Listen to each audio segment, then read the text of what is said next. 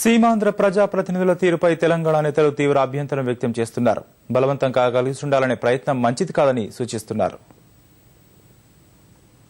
తెలంగాణ కల సాకారమవుతున్న వేళ సీమాంధ్ర ప్రజాప్రతినిధులు రాజీనామాలంటూ మరోసారి ప్రత్యేక రాష్ట్రాన్ని అడ్డుకునే ప్రయత్నం చేస్తున్నారని తెలంగాణ ప్రాంత నేతలు మండిపడుతున్నారు. ప్రజల్లో లేనిపోని అపోహలు సృష్టించకుండా విభజనకు సహకరించాలని విజ్ఞప్తి చేస్తున్నారు.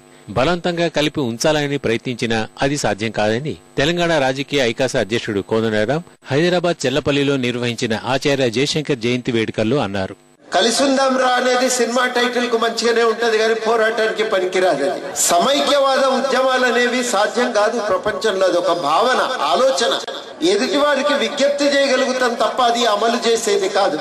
తాము విడిపోతామంటే అభ్యంతరాలు వ్యక్తం చేయడం సరికాదని మంత్రి పొన్నాల లక్ష్మయ్య వరంగల్ జిల్లా జనగామలో ఆక్షేపించారు. 57 సంవత్సరాల కలయికతో ఇంత ఆవేదన, ఇంత ఆందోళన ఉంటే 232 సంవత్సరాలు ప్రత్యేకంగా ఉన్న వాళ్ళ ప్రజల ఆశలు, ఆకాంక్షలు ఎప్పుడూ కలవాలని కోరుకోని ప్రజానీకం యొక్క ఆవేదన, ఆందోళన దయచేసి అర్థం చేసుకోమని కోరుతున్నారు ఆంధ్ర ప్రాంత నాయకులు, ప్రజలు.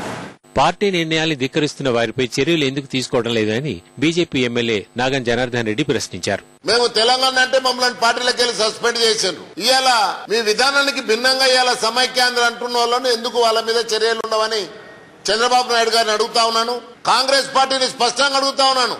మీ నిర్ణయానికి వ్యతిరేకంగా భిన్నంగా సోనియా గాంధీ చెప్పుతున్నా వినకుండా సభను అడ్డుకుంటున్నటువంటి వాళ్ళ మీద ఎందుకు పార్టీ చర్యలు తీసుకోదని చెప్పి అడుగుతా ఉన్నాను.